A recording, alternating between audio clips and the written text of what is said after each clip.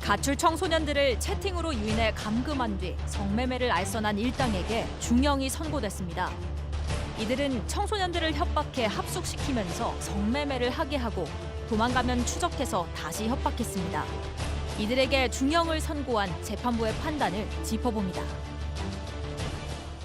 청소년들을 협박해서 합숙시키면서 성매매를 하게 한 일당에게 중형이 선고됐습니다.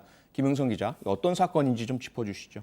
네, 이 사건으로 법정에 선 그 일당이 10명이 넘는데요. 네. 그중에 주범격이 한 4명이 됩니다. 네, 이들이 이 10대 청소년들을 어떻게 유인했는지 그 내용을 보면 네.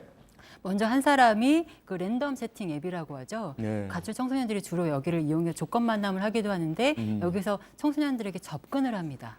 그래서 만남이 성사되면 네. 이 장소를 다른 일당들이 와서 급습을 하는 겁니다. 어. 그래서 너의 그 성매매 사실을 경찰에 알리겠다는 식으로 협박을 해서 이 10대 청소년들을 협박을 하고 또 유인을 하고 회유를 해서 이렇게 한 6명 정도를 그 모집을 했다고 하고요. 그 외에 또 지적장애 여성까지 한 명까지 포함을 시켜서 그 7명을 원룸이나 오피스텔에 감금을 해두고 3개월간 256회에 걸쳐서 성매매를 시켜서 아이고. 이 성매매 대금의 3분의 1 정도를 또 갈취한 그런 사건입니다. 네, 정말 죄질이 나쁜 범행인데요. 양 변호사, 이들이 협박이라는 수단을 사용해서 사실 뭐 법리도 잘 모르는 어린 청소년들을 성매매 강요시키고 그러다 견디지 못해서 도주하려고 하니까 또 협박을 했다면서요? 그러니까 계속해서 붙잡아 두는 과정 자체도 협박으로 이어졌던 거예요. 네. 하기 싫다고 하면 뭐 얼굴을 찍어서 인터넷에 라이브로 올리겠다라든가 네. 실제로 이제 나치 상태에서 자기 신원을 얘기하도록 만드는 걸 촬영을 해뒀다라는 거죠. 뭐 그러니까 N번방 사건 같다. 똑같습니다. 그런 사실 구조적으로 방식이네요. 그렇고요. 예. 뭐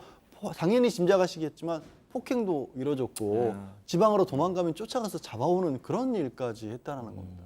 아, 네, 피해자들은 10대 가출 청소년들이었습니다. 가해 일당들이 성인 대상으로 하는 것이 죄책도 낮을 테고 그럴 텐데 왜 청소년들에게 이러한 위험한 범행을 시도했을까요? 이 가출 청소년들 같은 경우에는 사실 당장 돈이 없는, 돈이 네. 필요한, 잘 것도 없고 먹을 것도 없는 이런 상황이다 보니까 그런 그 절박한 상황이었다고 볼 수 있겠고요. 또 범행에 이용하기가 쉬운 맞습니다. 대상이었네요. 보호자도 없고 또 어허. 게다가 관련 지식이 굉장히 부족하기 때문에 그 맞지 않는 말로 협박을 해도 상당히 그 협박을 하기 용이한, 네. 관리가 용이한 그런 범행 대상이 아니었나 이렇게 해석이 됩니다. 근데 문제가 앞서 김영선 기자가 범인들이 10명이 된다고 했잖아요. 그제 주범격이 4명이라고 하고요.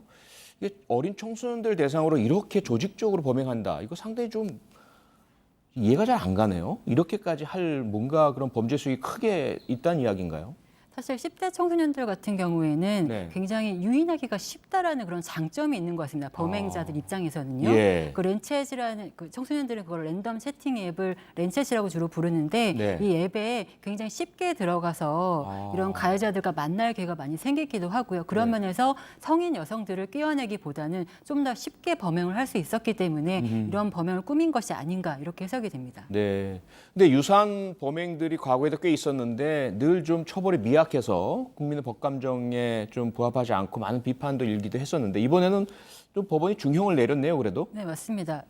그 일당 중에 범행 정도가 미약한 한 명에게 집행유예형을 한 것 외에는 한 명에게? 예. 네, 나머지 10명에게는 3년 6개월부터 최고 18년까지 선고가 됐고요. 어허, 예. 또 재판부의 그 발언도 굉장히 인상적이었는데요. 음. 이 그 가해자들이 뭐라고 주장을 했냐면 청소년들이 자발적으로 성매매한 것이다라고 일관되게 주장을 했어요. 예. 근데 이에 대해서 재판부는 청소년 성매매는 그 자체로 착취다라는 입장을 명확하게 밝혔습니다. 예. 양지열 변호사, 조금 전에 김영선 기자가 좀 소개를 해주시긴 했지만 어떻게 보자면 정말 진일보한 바람직한 판결이 아닐까 생각이 되는데 18년이라는 중형을 청소년 성매매 강요 일당들에게 내린 것, 그 취지와 배경 좀 설명을 좀 해주시죠. 사실 이게 말이 성매매지 성폭력 그럼요. 희생자들이죠. 본인들이 이걸 원했을 수가 없는 상황이었지 않습니까? 네. 강요된 상태에서 협박에 못 이겨서 이런 행동들을 반복했던 것이기 때문에 그렇죠. 법원에서도 그런 성착취에 대해서 엄단을 하겠다라는 취지로 보이고요. 네. 한편으로는 나가서 중간 과정에서 아까 이제 앵커께서 잠깐 진적을 하신 것처럼 N번방 사태랑 다를 게 없어요. 구조적으로 그러네요. 봤었을 때. 듣고 보니까 그러네요. 예. 그래서 이 법원에서도 법원 자체가 이 N번방 사태를 계기로 돌아보니까 이게 너무 복잡하고 어찌 보면 이제 이게 얼마나 심각한지를 우리도 몰랐었다. 아, 과거에 몰랐었다. 네, 과거에 몰랐었다. 그래서 예. 그렇게 가볍게 처벌했다는 부분에 대한 자각을 하고 양형 기준 자체를 굉장히 올렸다라고 또 밝히고 있습니다. 네, 뒤늦었지만 그래도 다행인 것 같습니다. 어찌 보면 과거 발생했던 그 사건 피해자들의 희생을 딛고서 이런 새로운 판결이 나오지 않았을까라는 생각도 드네요. 성범죄가 점점 이제 늘어나고 있습니다. 그것도 청소년 대상으로 심각한 성범죄가 늘어나고 있는데요. 뭔가 좀 이걸 처벌을 강화한 것으로만은 충분하지 않잖아요. 예방 대책이 필요해 보이는데요. 어떻게 보세요? 일단 아까 이제 기자님 말씀하신 것처럼 렌챗이라고 청소년들이 부를 정도로까지 흔하게 퍼져 있는 이 랜덤 채팅 같은 것들을 이 올해 연말부터는 굉장히 좀 강하게 해서 성인 인증을 받는다거나 하도록 이렇게 좀 만든다고 하는데 예. 이것도 사실은 저는 얼마든지 흠결은 많이 있을 수밖에 없다. 그리고 참 청소년들이 더 잘 빠져나가는 그런 경우들이 있거든요. 네. 그래서 근본적으로는 이번 판결처럼 청소년에 대해서만큼은 엄단을 하는 것들을 우리 사법기관들이 보여줘야 네. 그리고 더해서는 이 가출 청소년들에 대한 보호 대책들 맞습니다. 아이들이 어긋나지 않도록 예. 하는 부분들이 보완 쪽으로 같이 가져야겠죠. 네, 우선 가출 자체가 일어나지 않도록 하는 것, 학교 밖으로 나오지 않도록 하는 것도 꼭 필요할 것 같고요.